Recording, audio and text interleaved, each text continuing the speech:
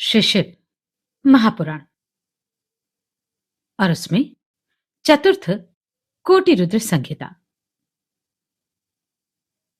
पिछले अध्याय में हमने नंदकेश्वर शिवलिंग की कथा जानी। इस अध्याय में हम पश्चिम दिशा के शिवलिंगों का वर्णन जानेंगे, मेरे आभा शर्मा जावास के साथ। सूत जी बोले, हे ब्राह्मणों, अब पश्चिम दिशा में जो लिंग भूतल पर प्रसिद्ध हैं, उन शिवलिंगों को सद्भक्ति पूर्वक सुनिए। कपिला नगरी में कालेश्वर एवं रामेश्वर नामक दो महादिव्य लिंग हैं, जो दर्शन मात्र से पापों को नष्ट करने वाले हैं। पश्चिम सागर के तट पर महासिद्धेश्वर लिंग बताया गया है, जो धर्म, अर्थ, काम एवं मोक्ष तक प्रदान करने वाला है। पश्चिम समुद्र के तट पर गोकर्ण नामक उत्तम क्षेत्र है, जो ब्रह्महत्या आदि पापों को नष्ट करने वाला और संपूर्ण कामनाओं का फल प्रदान करने वाला है। गोकर्ण क्षेत्र में करोड़ों शिवलिंग हैं और पद पद पर असंख्य तीर्थ हैं। इस विषय में अधिक क्या कहें। गोकर्ण क्षेत्र में स्थित सभी लिंग शिव स्वरूप हैं एवं वहां का समस्त जल तीर्थ स्वरूप है। हे तात, महर्षियों के द्वारा गोकर्ण में स्थित सभी लिंगों एवं तीर्थों की महिमा का वर्णन पुराणों में किया गया है। गोकर्ण क्षेत्र में स्थित महाबलेश्वर शिवलिंग कृतयुग में श्वेतवर्ण, त्रेता में अतीब लोहित वर्ण, द्वापर में पीतवर्ण तथा कलयुग में श्याम वर्ण का हो जाता है। सातों पातालों को आक्रांत करने वाला वह महाबलेश्वर लिंग घोर कलयुग प्राप्त होने पर कोमल हो जाएगा। महापाप करने वाले लोग भी यहां गोकर्ण क्षेत्र में विराजमान महाबलेश्वर लिंग की पूजा कर शिवपद को प्राप्त हुए हैं। जो मुनिगण गोकर्ण क्षेत्र में जाकर उत्तम नक्षत्र युक्त दिन में भक्ति पूर्वक उनकी पूजा करते हैं, वे साक्षात शिव स्वरूप ही हो जाते हैं, इसमें संदेह नहीं है। जिस किसी भी समय में जो कोई भी मनुष्य गोकर्ण क्षेत्र में स्थित उस शिवलिंग का पूजन करता है, वह ब्रह्म पद को प्राप्त कर लेता है। वहां पर शिवजी ब्रह्मा विष्णु आदि देवताओं का हित करने की इच्छा से महाबल नाम से सदा निवास करते हैं। रावण नामक राक्षस ने कठोर तप के द्वारा उस लिंग को प्राप्त कर गोकर्ण में स्थापित किया था। गोकर्ण में गणेश, विष्णु, ब्रह्मा, महेंद्र, विश्वदेव, मरुदगण, सभी आदित्य, सभी वसु, दोनों अश्विनी कुमार, नक्षत्रों के सहित चंद्रमा, विमान से चलने वाले ये सभी देवता अपने अपने पार्षदों के साथ उन महाबलेश्वर शिव को प्रसन्न करने के लिए पूर्व द्वार पर विराजमान रहते हैं। यम, स्वयं मृत्यु, साक्षात चित्रगुप्त तथा अग्निदेव सभी पितृ एवं रुद्रों के साथ दक्षिण द्वार पर स्थित रहते हैं। नदियों के स्वामी वरुण गंगा आदि नदियों के साथ पश्चिम द्वार पर स्थित होकर महाबल की सेवा करते हैं। वायु, कुबेर, देवेश्वरी भद्रकाली, चंडिका आदि देवता और देवियां मातृकाओं के साथ उत्तर द्वार पर स्थित रहती हैं। सभी देवता गंधर्व, पितृ, सिद्ध, चारण, विद्याधर, किमपुरुष, किन्नर, गुह्यक, खग, नानाविध, पैशाच, बेताल, महाबली दैत्य, शेष आदि नाग, सभी सिद्ध एवं मुनिगण उन महाबलेश्वर देव का स्तवन करते हुए और उनसे इच्छित मनोरथों को प्राप्त कर सुखपूर्वक रमण करते हैं। वहां बहुत से लोगों ने घोर तप किया और उन प्रभु की पूजा कर इस लोक तथा परलोक में भी सुख देने वाली सिद्धि प्राप्त की।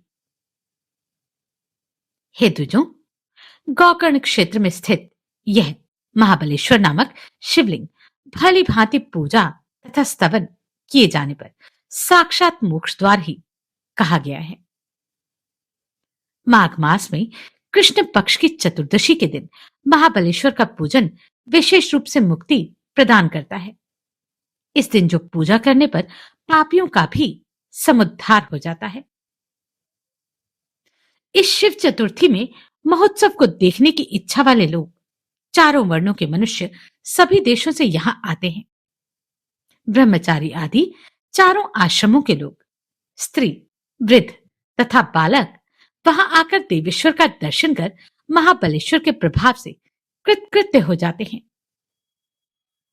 भगवान शिव के उस महाबलेश्वर नामक लिंग का पूजन करके एक चांडाली भी तत्क्षण शिवलोक को प्राप्त हो गई थी। ऋषिगण बोले, हे सूत जी, हे महाभाग, आप परम शैव हैं, अतः आप धन्य हैं। हे विभो, वह चांडाली कौन थी, उसकी कथा कहिए। सूत जी बोले, हे ब्राह्मणों, सुनने वालों की भक्ति को बढ़ाने वाली तथा शिव के प्रभाव से मिश्रित उस अत्यंत अद्भुत कथा को आप लोग भक्ति पूर्वक सुनिए। वह चांडाली पूर्व जन्म में सभी लक्षणों से समन्वित तथा चंद्रमा के समान मुख वाली सौमिनी नामक ब्राह्मण कन्या थी। हे द्विजों, सौमिनी के युवती हो जाने पर उसके पिता ने किसी ब्राह्मण पुत्र से विधिपूर्वक उसका विवाह संपन्न कर दिया। हे ब्राह्मण श्रेष्ठों, तदनंतर नवीन यौवन शालिनी वह उत्तम व्रत वाली सौमिनी पति को प्राप्त करके उसके साथ सुखपूर्वक रहने लगी। हे द्विजों, कुछ काल बीतने के पश्चात उस सौमिनी का नवयुवक ब्राह्मण पति रोगग्रस्त हो गया और कालयुग से मृत्यु को प्राप्त हो गया। पति के मर जाने पर सुशील तथा उत्तम आचरण वाली उस स्त्री ने दुखित तथा व्यथित चित्त होकर कुछ काल अपने घर में निवास किया। उसके अनंतर विधवा होते हुए भी युवती होने के कारण काम से अविष्ट मन वाली वह व्याभिचारिणी हो गई। तब कुल को कलंकित करने वाले उसके इस कुकर्म को जानकर उसके कुटुंबियों ने परस्पर मिलकर उसके बालों को खींचते हुए उसे दूर ले जाकर छोड़ दिया। कोई शूद्र उसे वन में स्वच्छंद विचरण करती हुई देख अपने घर ले गया और उसने उसे अपनी पत्नी बना लिया। अब वह प्रतिदिन मांस का भोजन करती, मदिरा पीती और व्याभिचार निरत रहती थी।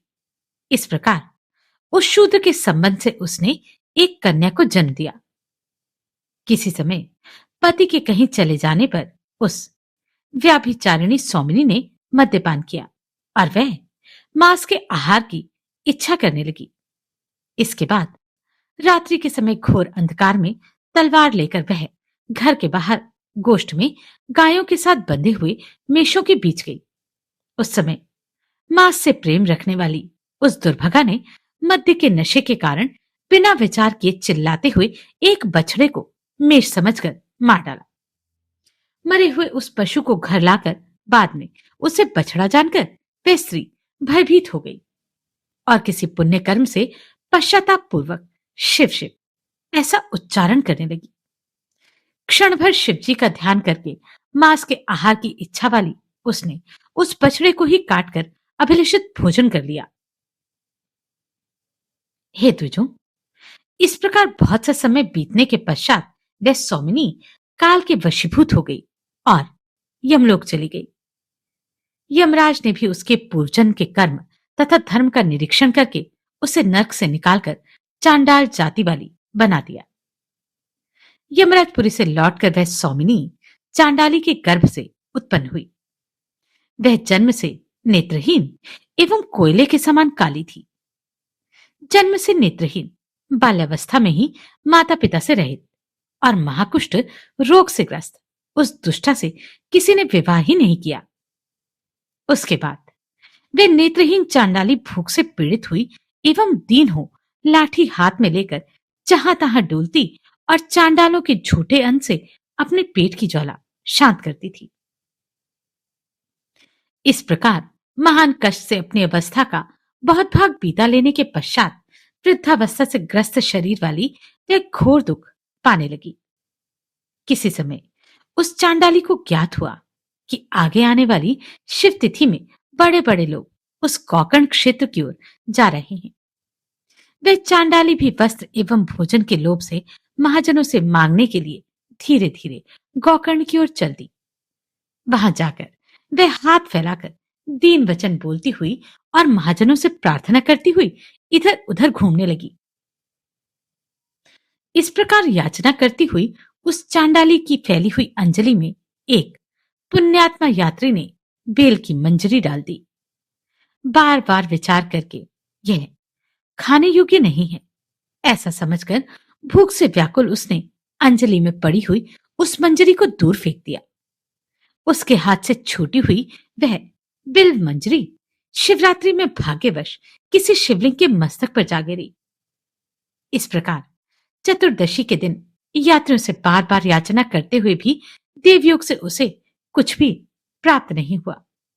तब इस तरह से अनजाने में उसका शिव चतुर्थी का उत्तम व्रत और अत्यंत आनंददायक जागरण भी हो गया।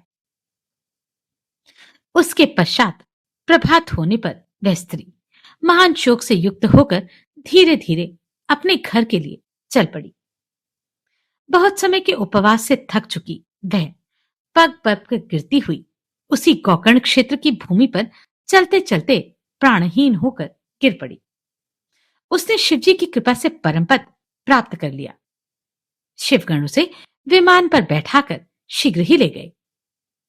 हे ब्राह्मणों, पूर्व जन्म में इस व्याभिचारिणी स्त्री ने जो अज्ञान में शिवजी के नाम का उच्चारण किया था, उसी पुण्य से उसने दूसरे जन्म में महाबलेश्वर के दिव्य स्थान को प्राप्त किया।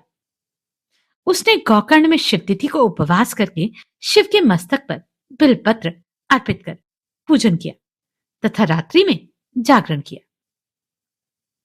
निष्काम भाव से किए हुए इस पुण्य का ही फल है कि वह आज भी महाबलेश्वर की कृपा से सुख भोग रही है।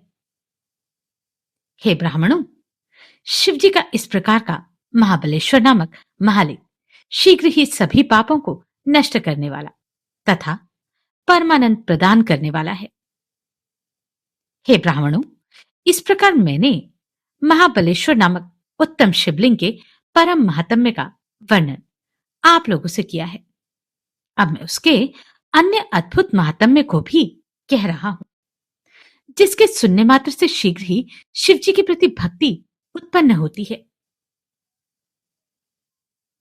सूत जी बोले, हे महर्षियों, स्मृति संपन्न इक्ष्वाकु वंश में परम धार्मिक तथा सभी धनुषधारियों में श्रेष्ठ मित्रसह नामक राजा थे। उस राजा की मदयंती नामक धर्मनिष्ठ तथा कल्याणमयी पत्नी थी, जो कि राजा नल की प्रसिद्ध गुण वाली साध्वी दमयंती के समान सतित्व संपन्न थी। आखेट में रुचि रखने वाले वह राजा मित्रसह एक बार विशाल सेना को साथ लेकर घने वन में गए। वहां घूमते हुए उस राजा ने साधुओं को दुख देने वाले महादुष्ट तथा नीच कमठ नामक राक्षस को मार डाला। तब उस निशाचर का पापी छोटा भाई मैं इस राजा को छल से जीत लूंगा, ऐसा निश्चय करके कपट रूप धारण कर राजा के पास गया। उसे विनम्र आकृति वाला तथा सेवा करने के लिए आया हुआ देखकर उस राजा ने बिना सोचे समझे ही उसे रसोई का अध्यक्ष बना दिया। उसके अनंतर कुछ समय तक उस वन में विहार करके वह राजा शिकार से निवृत्त हो उस वन को छोड़कर आनंद पूर्वक अपने नगर को लौट आए। उसके बाद राजा ने पिता का श्राद्ध दिन आने पर अपने गुरु वशिष्ठ जी को आमंत्रित कर उन्हें घर बुलाया और भक्ति पूर्वक भोजन कराया। रसोइये का रूप धारण करने वाले उस राक्षस ने वशिष्ठ जी के सामने मनुष्य के मांस से मिश्रित शाकमिश परोसा। तब गुरु से देखकर कहने लगे, हे राजन, तुम्हें धिक्कार है, जो कि कपटी तथा दुष्ट तुमने मुझे मनुष्य का मांस परोस दिया, अतः तुम राक्षस हो जाओ। पुनः इसे उस राक्षस का कृत्य जानकर उन गुरु ने विचार करके उस शाप की अवधि 12 वर्ष पर्यंत कर दी। तब वह राजा गुरु के द्वारा बिना सोचे समझे दिए गए उस शाप को अनुचित जानकर क्रोध से व्याकुल हो गया और अंजलि में जल रहकर गुरु को शाप देने को उद्यत हुआ। तब उसकी धर्मशिला पतिव्रता स्त्री मदयंती ने उसके चरणों में गिरकर उसे गुरु को शाप देने से मना कर दिया। तब राजा अपनी पत्नी की बात का आदर करके शाप देने से रुक गया और उसने जल को अपने चरणों पर गिरा दिया, जिससे उसके चरण काले पड़ गए। हे मुनीश्वर, उसी समय से वह राजा उस जल के प्रभाव से इस लोक में कलमाशपाद नाम से प्रसिद्ध हुआ। तदनंतर ऋषिश्रेष्ठ गुरु के शाप से वह राजा मित्र सह वन में विचरण करने वाला भयानक हिंसक राक्षस हो गया। कालांतक यम के समान राक्षस रूप धारण कर वह राजा वन में घूमता हुआ अनेक प्रकार के जंतुओं एवं मनुष्यों का भक्षण करने लगा। यमराज के समान रूप वाले उस राक्षस ने किसी समय वन में विहार करती हुई किन्हीं नवविवाहित किशोर मुनि दंपत्ति को देखा। तब मनुष्य का आहार करने वाले उस शापग्रस्त राक्षस ने किशोर मुनि पुत्र को खाने के लिए इस प्रकार पकड़ लिया, जिस प्रकार व्याघ्र मृग शावक को पकड़ लेता है। इसके बाद राक्षस द्वारा काख में दबाए हुए अपने पति को देखकर उसकी पत्नी भयभीत होकर करुण वचन बोलती हुई उससे प्रार्थना करने लगी, किंतु उसके अनेक बार प्रार्थना करने पर भी नरभक्षी निर्दयी तथा दूषित अंतःकरण वाले वह राक्षस ब्राह्मण पुत्र का सिर नोचकर खा गया। तब अत्यंत दुखित उस दीन साध्वी स्त्री ने विलाप कर पति की अस्थियां एकत्रित कर विशाल चिता का निर्माण किया। उसके बाद पति का अनुगमन करने वाली उस ब्राह्मण पत्नी ने अग्नि में प्रवेश करते हुए उस राक्षस रूपधारी राजा को शाप दिया कि आज से यदि तुम किसी स्त्री से संगम करोगे तो उसी क्षण तुम्हारी मृत्यु हो जाएगी। ऐसा कहकर वह पतिव्रता अग्नि में प्रविष्ट हो गई। वह राजा भी निर्धारित अवधि तक गुरु के शाप का अनुभव करके पुनः अपना वास्तविक रूप धारण कर प्रसन्न होकर अपने घर चला गया। ब्राह्मणी के शाप को जानकर वैधव्य से अत्यंत डरती हुई मदयंती ने रति के लिए उत्सुक अपने पति को रोका। तब संतान विहीन वह राजा राज्य भोगों से उदासीन होकर संपूर्ण राज्य को छोड़कर वन में ही चला गया। उसने अपने पीछे पीछे आती हुई तथा बार बार धमकती हुई विकट आकार वाली दुखदायिनी ब्रह्महत्या को देखा। उससे पीछा छुड़ाने की इच्छा वाले दुखित चित्त उस राजा ने जप, व्रत, यज्ञ आदि अनेक उपाय किए। हे ब्राह्मणों, जब तीर्थ स्नान आदि अनेक उपायों से भी उस राजा की ब्रह्महत्या दूर नहीं हुई, तब वह राजा मिथिलापुरी चला गया। उस ब्रह्महत्या की चिंता से अत्यंत दुखित राजा मिथिलापुरी के बाहर उद्यान में पहुंचा।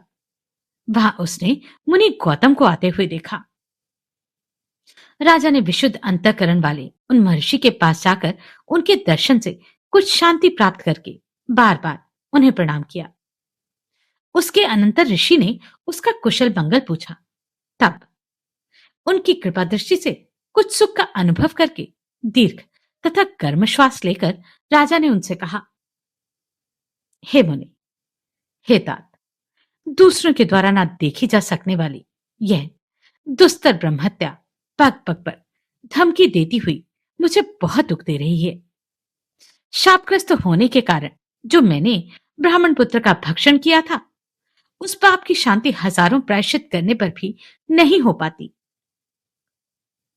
हे मुनि, इधर उधर घूमते हुए उसकी शांति के लिए मेरे द्वारा अनेक उपाय किए गए, फिर भी मुझ पापी की ब्रह्महत्या निवृत्त नहीं हुई। आज मुझे ज्ञात पड़ता है कि मेरा जन्म सफल हो गया, क्योंकि आपके दर्शन मात्र से मुझे विशेष आनंद प्राप्त हुआ है। अतः हे महाभाग, आपके चरण कमल की शरण में आए हुए मुझ पाप कर्मा को शांति प्रदान कीजिए, जिससे मैं सुख प्राप्त कर सकूं। सूत जी बोले, हे ऋषियों, राजा की इस प्रकार प्रार्थना करने पर करुणा से आदर चित्त वाले गौतम जी ने घोर पापों से छुटकारा पाने के लिए राजा को श्रेष्ठ उपाय बताया। गौतम जी बोले, हे राजेंद्र, तुम धन्य हो। अब तुम महापापों के भय का त्याग करो। सब पर शासन करने वाले शिव के रहने पर उनके शरणागतों को भय कहां। हे राजन, हे महाभाग, सुनो। महापातकों को दूर करने वाला गोकर्ण नामक एक अन्य प्रसिद्ध शिव क्षेत्र है। वहां पर शिवजी महाबल नाम से स्वयं विराजमान है। वहां बड़े से बड़े पाप भी टिक नहीं सकते। महाबलेश्वर लिंग सभी लिंगों का सार्वभौम सम्राट है, जो 4 युगों में 4 प्रकार के वर्ण धारण करता है और सभी प्रकार के पापों को विनिष्ट करने वाला है। पश्चिम समुद्र के तट पर उत्तम गोकर्ण तीर्थ स्थित है। वहां पर जो शिवलिंग है वह महापातकों का नाश करने वाला है। महापापी भी वहां जाकर सभी तीर्थों में बारंबार स्नान कर महाबलेश्वर की पूजा कर शैव पद को प्राप्त हुए हैं। हे राजेंद्र, उसी प्रकार तुम भी गोकर्ण नामक शिव स्थान में जाकर उस लिंग का पूजन कर अपने मनोरथ को प्राप्त करो। तुम वहां सभी तीर्थों में स्नान कर महाबलेश्वर का भलीभांति पूजन करके सभी पापों से छुटकारा पाकर शिवलोक को प्राप्त करो। सूत जी बोले, हे महर्षियों, इस प्रकार महान आत्मा वाले महर्षि गौतम मुनि से आज्ञा प्राप्त कर वह राजा अत्यंत प्रसन्नचित होकर गोकर्ण तीर्थ में गया और वहां सभी तीर्थों में स्नान कर महाबलेश्वर की पूजा करके अपने संपूर्ण पापों से मुक्त होकर उसने शिव के परम पद को प्राप्त किया। जो मनुष्य महाबलेश्वर की इस प्रिय कथा को नित्य सुनता है वह 21 पीढ़ी के वंशजों सहित शिवलोक को जाता है। हे महर्षि, इस प्रकार मैंने आप लोगों से महाबलेश्वर नामक शिवलिंग के सर्व पापनाशक परम अद्भुत महात्म्य का वर्णन किया। अगले अध्याय में उत्तर दिशा में विद्यमान शिवलिंगों का वर्णन जानेंगे, जिनमें पशुपतिनाथ लिंग भी है। नमस्कार, मैं आभा शर्मा जावास। अगर आपको ये प्रश्न सराहनीय लगे तो आप कंट्रीब्यूट कर सकते हैं।